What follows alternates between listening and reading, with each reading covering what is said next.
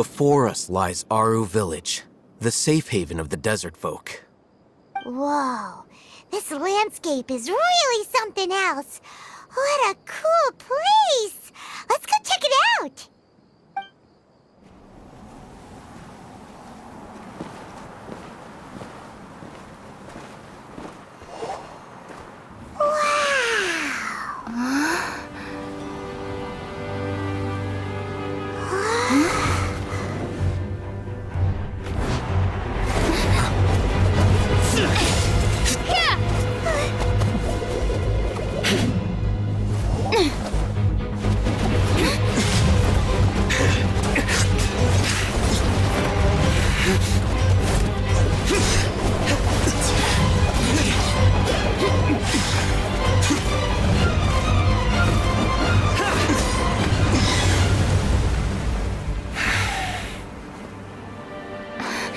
Cyno.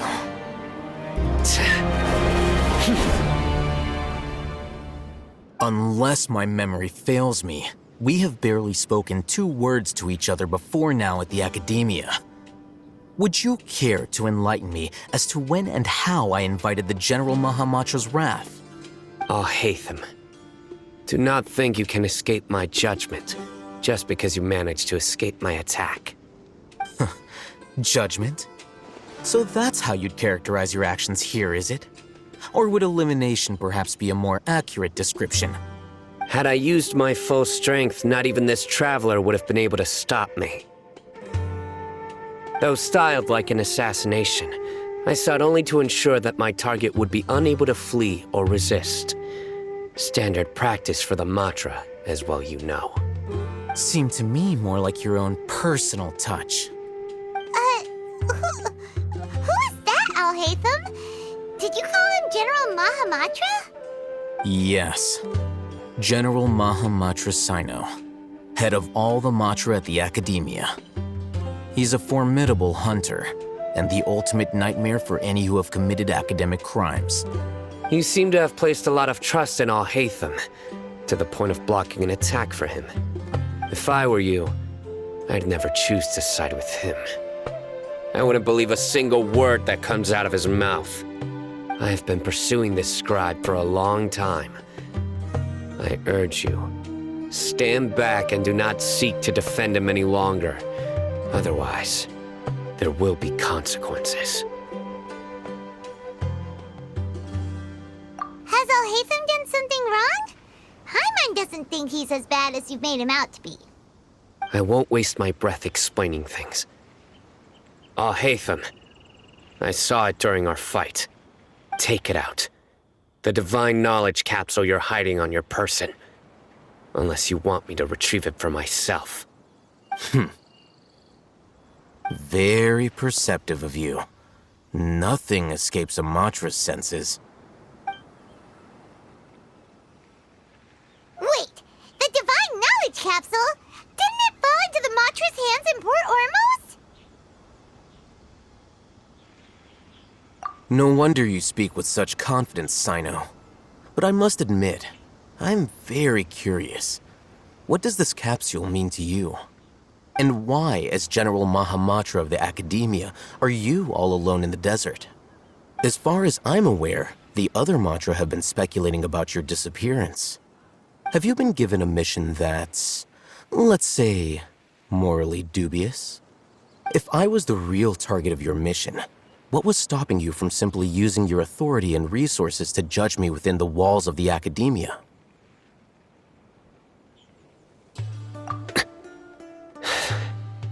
I should have known you'd be difficult to deal with. You two? Ugh! What you would do, Traveler?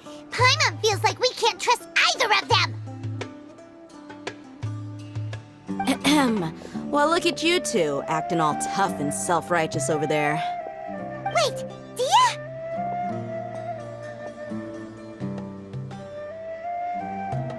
Great! Finally, someone that we can trust! You gotta help us out here, otherwise these two are gonna start fighting again! Yeah, sure looks that way. 2 giants from the Academia duking it out once and for all. Not something you get to see every day, that's for sure. Listen, I know you academic types love to fill up your big brains with self-righteous morality and lord your empty rules and virtues over each other. But how dare you bring your petty disputes into the safe haven of Aaru village? It seems like someone's gonna have to beat some sense into your thick skulls until you finally learn to respect these grounds.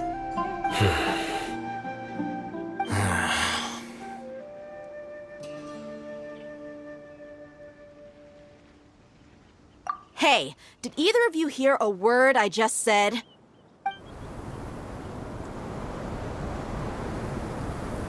Whoa, what's going on? The wind's so strong. Is this a sandstorm? Paimon's gonna get blown away! Another sandstorm? What's up with these recently? Hey!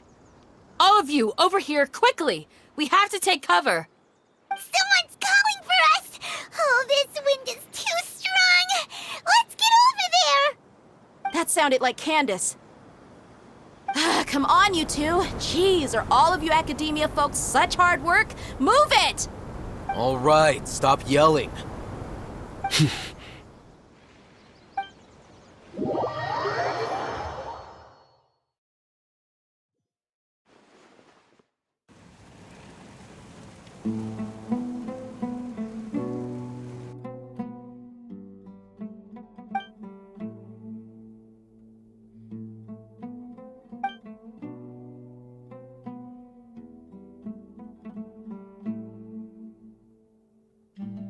Well, this is pretty awkward. Hey, wanna play sardines with 3 people who wanna tear each other limb from limb?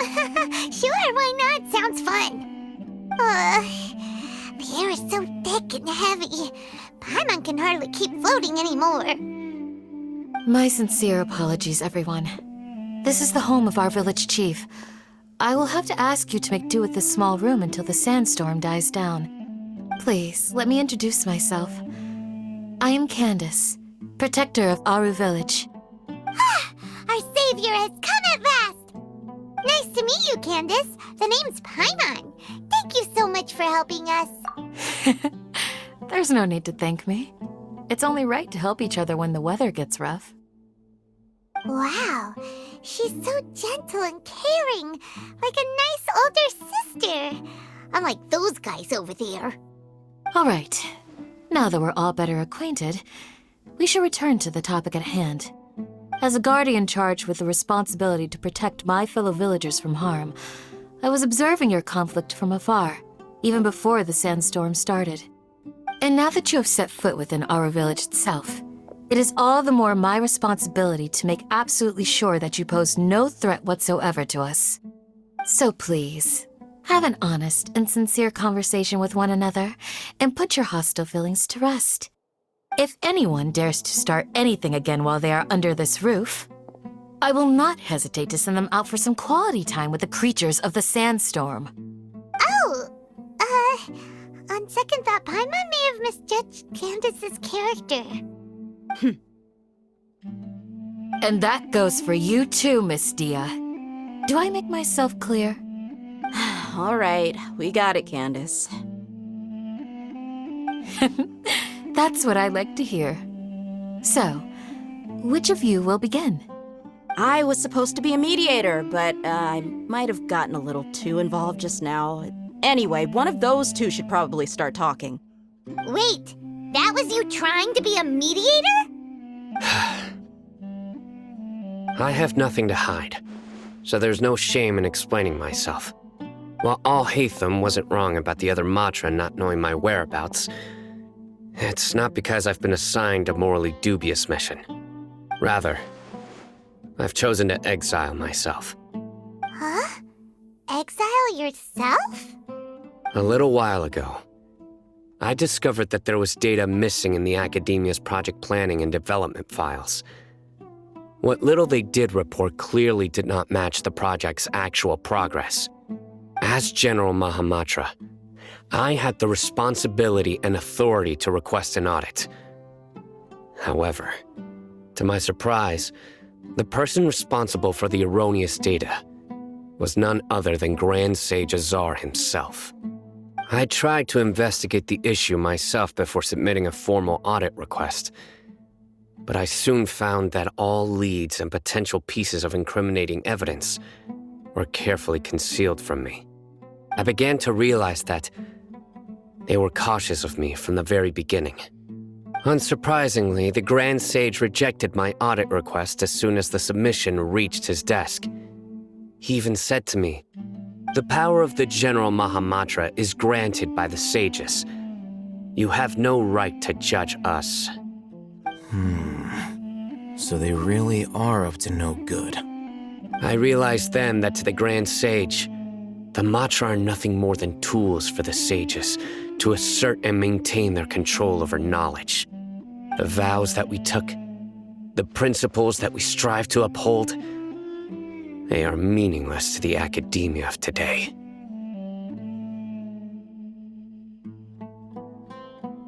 I believed it would be wise to flee the academia before the sages had a chance to take action against me. This way, they can no longer see nor predict my actions. I will never give up on this investigation. There's no need for someone else to give me power or authority. Once I find the truth, I will administer judgment by my own name. Cyno seems to have the same goal as us. We're all investigating the sages. Plus, now that he's no longer the General Mahamatra, he somehow feels a lot less scary.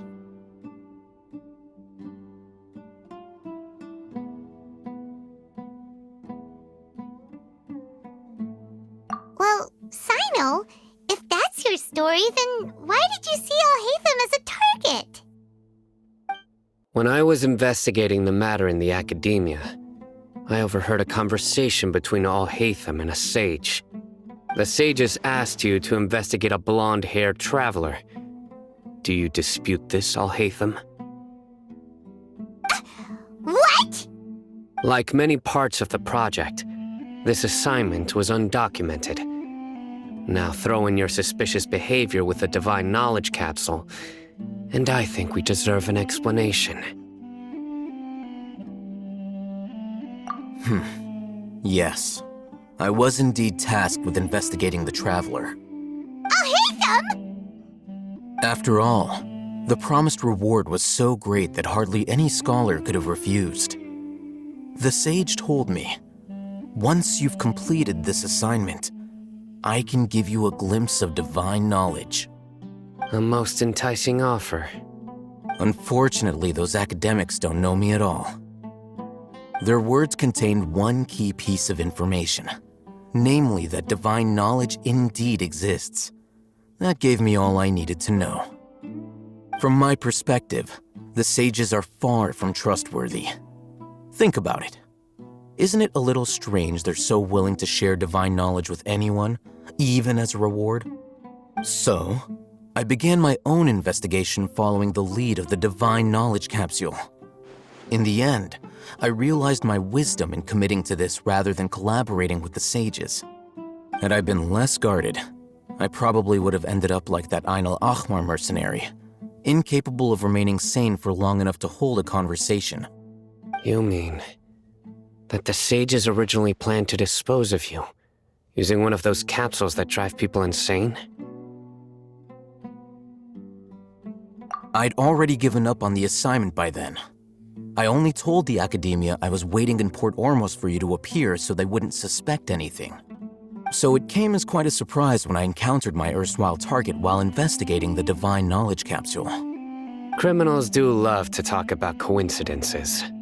Even though I ran into the Traveler by chance, I had no intention of providing assistance to the academia. Also, you should remember, you were the ones who decided to follow me and strike up a conversation after I left that tavern.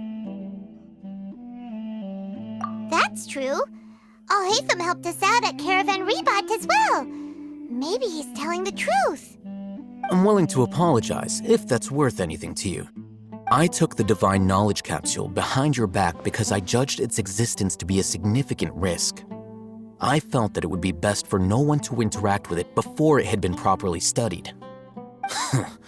After all, curiosity often proves to be the most dangerous thing in this land. You should be well aware, Scribe Alhaitham, That curiosity can also lead you to danger and suspicion. Answer me this. Did the sages share any information about their project with you? Have I not made myself clear? You and I are both distrusted by the academia. Do you really think they would tell me anything? Fine. Although you haven't completely proven your innocence, I won't regard you as an enemy, for now. As you wish. Good. I'm glad to see you two clearing up your misunderstandings. And now you, Dia. I believe it's your turn. Oh, sorry. Whatever the boys were talking about must have been so boring that I spaced out. My situation is pretty straightforward. My employer, Dunyarzad of the Homayani family, is friends with the Traveler and is currently recovering from her illness at home. I had nothing going on, so I decided to return to Aaru village for a visit. I was actually looking forward to a pretty exciting time getting back together with everyone here. But then I saw these two random guys in the middle of a pointless argument. It ticked me off, and things went downhill from there. Is that all? Well, I will admit that definitely sounds like your style. In that case, welcome back, Dia. That's more like it. I missed you all so much, Candace.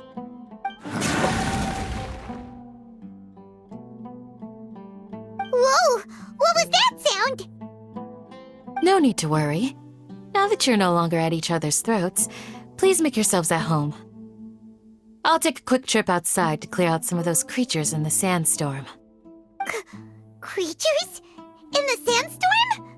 Are you sure you don't want some backup? Fighting in a sandstorm is not for the faint-hearted. Anyone without extensive training in these conditions is at a disadvantage. You needn't worry. Yeah, just leave them to Candace. Don't worry, she's as tough as they come.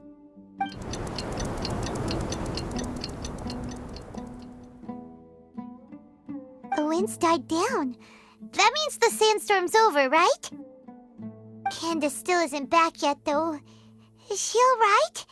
Maybe we should go out and check on her. When you put it that way, even I'm starting to feel a little worried. All right, let's go.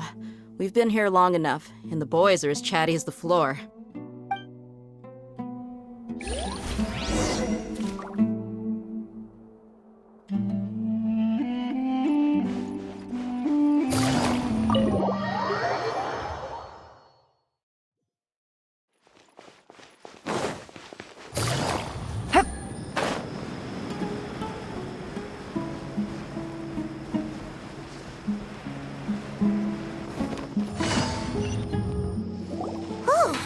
Candace, you're still fighting? You've been out here dealing with these creatures the entire time? Yes. They just keep coming in waves. I've lost count of how many I've defeated. Before I realized it, even the sandstorm had stopped. Ah! Here comes another wave! Leave this round to us. I got interrupted earlier, but now I have something to take my anger out on. It's been quite a while since I've seen the Flame Mane in action. I'll leave these to you then. I'll be sure to put on a good show. Let's go!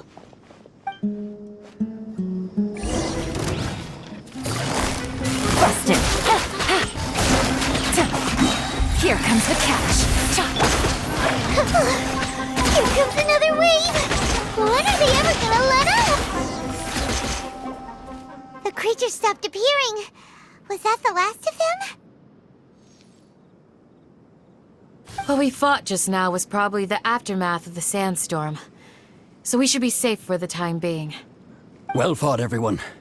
No injuries, I hope. Huh? Who are you? Ah, my apologies. I haven't had a chance to greet you yet. I had my hands full taking care of the village's elderly and children. I am the chief of Aaru village. Everyone usually calls me Uncle Anpu. Sir, I am also originally from the desert, but I have not been back for some time now. May I ask if such sandstorms are common? I can't say they've always been common, but recently the storms have become increasingly severe and frequent. Besides sandstorms, we also occasionally get earthquakes. According to an investigator who stayed in the village a while ago, these unusual natural phenomena are related to the withering of Irminsul. Another effect of Irminsul's withering. So, Irminsul's withering causes withering zones in the forest, and sandstorms and earthquakes here in the desert? Everything in the natural world is inextricably connected to Irminsul. These regional symptoms can indeed be a reflection of Irminsul's present state. Everyone in Aaru village needs to take good care of themselves. Speaking of which, why haven't I seen a single village keeper since I got here? Village keeper? Who are they? Village guards like Candace? Does your curiosity know no bounds? Village Keeper is how Aaru village refers to mad scholars exiled here by the academia. Most of them are scholars who lost their sanity after a period of training in the Avidia forest. The academia believes that their crazed mutterings may have a negative effect on the psyches of other scholars. So, they're forcibly exiled to the desert. Though if you ask me, it's all a boatload of nonsense. Alas, that's exactly what we've been trying to investigate. One by one, the village keepers have been mysteriously disappearing without a trace. But no one in the village has ever seen them leave. If you're planning to stay around the village for the next few days, I'd appreciate it if you could keep an eye out for them. I've had encounters with those people in the past. I'll see what I can do to help. The Matra are the ones responsible for their exile. Now that you're no longer with them, are you trying to alleviate your guilt and atone for your past sins? I'm fascinated by how you think. Mock me if you will, but if you are guilty, I will eliminate you, regardless of my position or identity. Oh, you're the former General Mahamatra. You must be an expert in these kinds of investigations. Thank you for your help. Is it because you're reminded of Hypatia? Oh, these poor scholars. First they lose their sanity, now this! We need to help get them back home, safe and sound. But, is it really a good idea to tag along with Cyno? You seem like you really don't trust him. I'll be grateful for the assistance. No doubt you will do a better job than some of my former subordinates. Let's start by finding a spot to share what we know so far.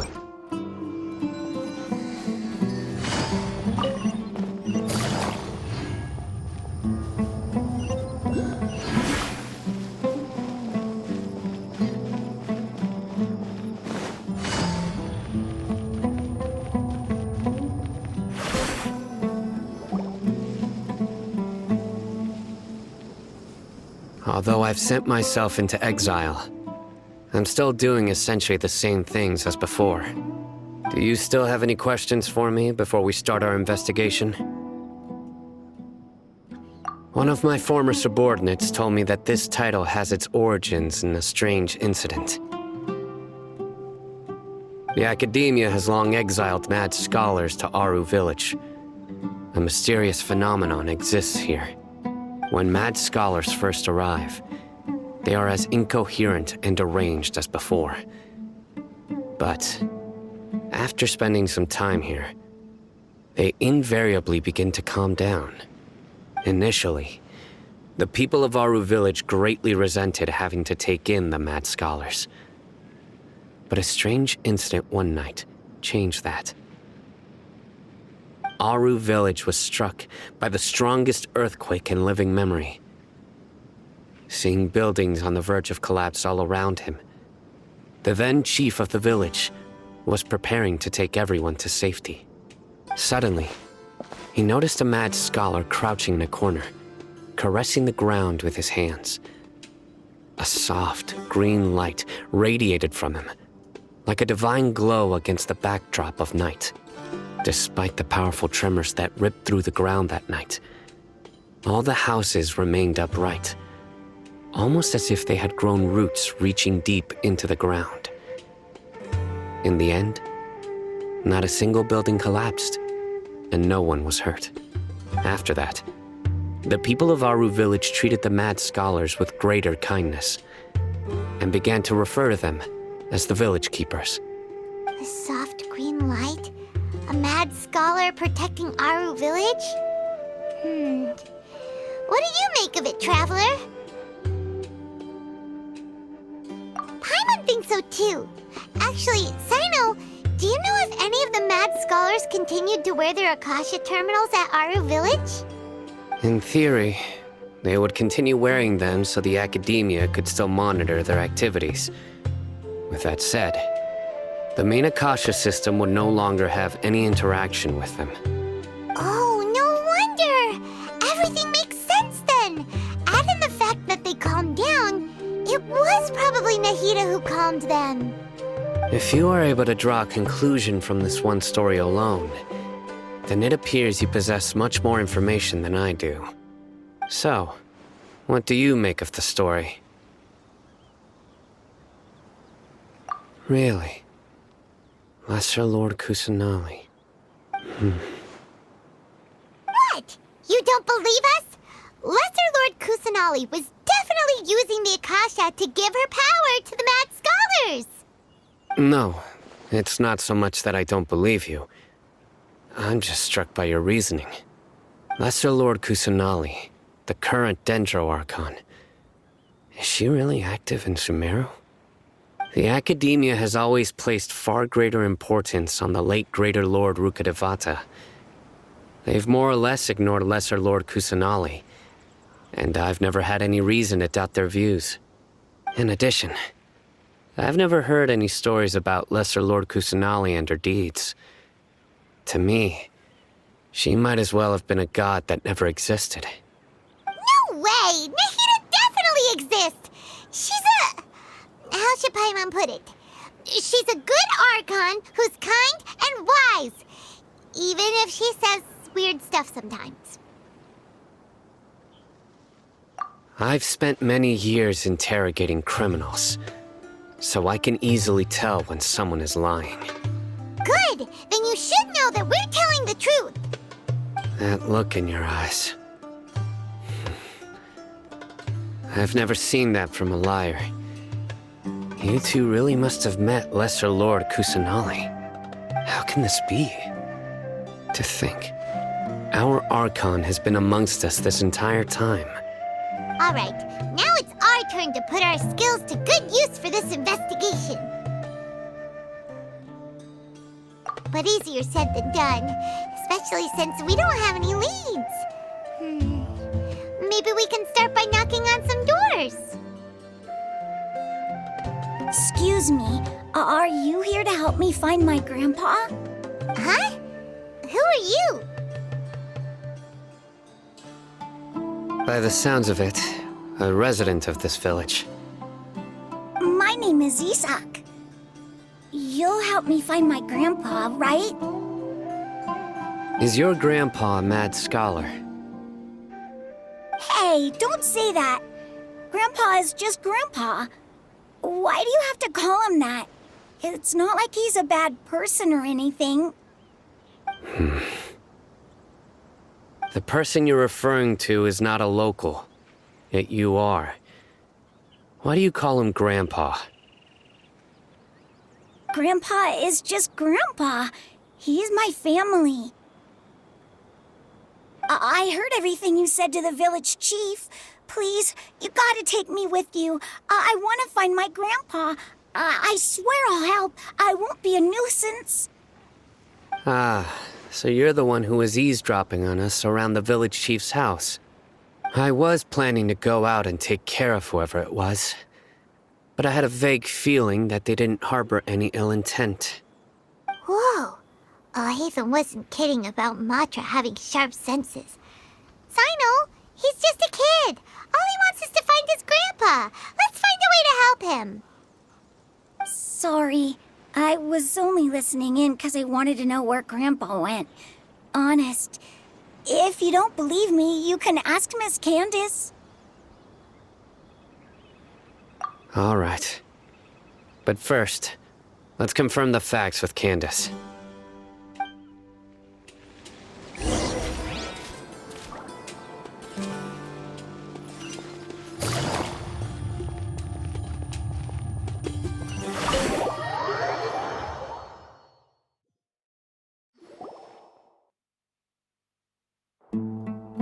Cyno is super vigilant. Is this what all the Matra are like? Ah, you're back already. We just wanted to confirm something with you. Do you know a boy by the name of Isak? I had a feeling he'd go looking for you. Huh? You knew this would happen? Yes. Although he tried his best to stay hidden, I still noticed him eavesdropping outside the window. He really wants to get his grandfather back. Isak's parents were both Aramite mercenaries who rarely returned to the village after finding employment in the city. He was raised by his grandfather. Unfortunately, it was only a few years before his grandpa passed away. Isak was still very young at the time, so various families in the village took turns caring for him so he could survive. Later, an elderly mad scholar arrived at the village. Isak thought the scholar bore a striking resemblance to his grandfather, and thus often spied on the man. However, the scholar was unkempt in appearance and incoherent in speech. Although Isak referred to the man as his grandpa, he was afraid and didn't dare to approach him. One summer night, the oft mumbling and bumbling grandpa suddenly calmed down and seemed to become more lucid. He even noticed Isak hiding in the distance. So Grandpa walked up to Isak and patted him on the head. He even took Isak to the entrance of the village, where he patiently taught the boy the names of the stars and accompanied Isak until he fell asleep. The next morning, Isak woke up and wanted to go find his grandpa again, only to realize his grandpa no longer recognized him. However, even so, Grandpa retained his calm expression. It's said that those who saw the scholar claimed he no longer appeared to be crazy, but appeared to be living in his own world, almost as if he were sleepwalking. Isak was thrilled that his grandpa was able to find peace and would follow him all the time, asking him things like, "Grandpa, want me to take you somewhere fun?" Or, "Grandpa, could you tell me stories about the stars again?"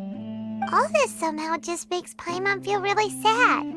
It seems like they both deserve so much better. Perhaps. Nearly everyone who lives in the desert has some form of hardship or regret. But even so, we must still continue on with our lives. It's also my reason for fighting. I must continue to protect this land.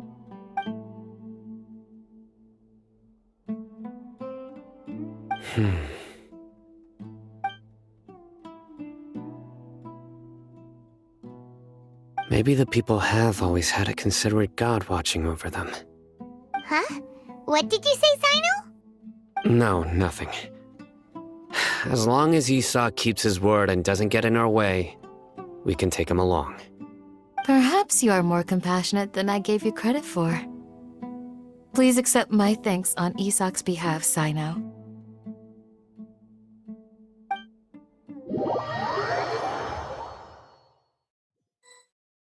Hey, Isak! Oh, it's you guys! We've cleared everything up. Let's go find your grandpa. Really? Wow! Thank you so much!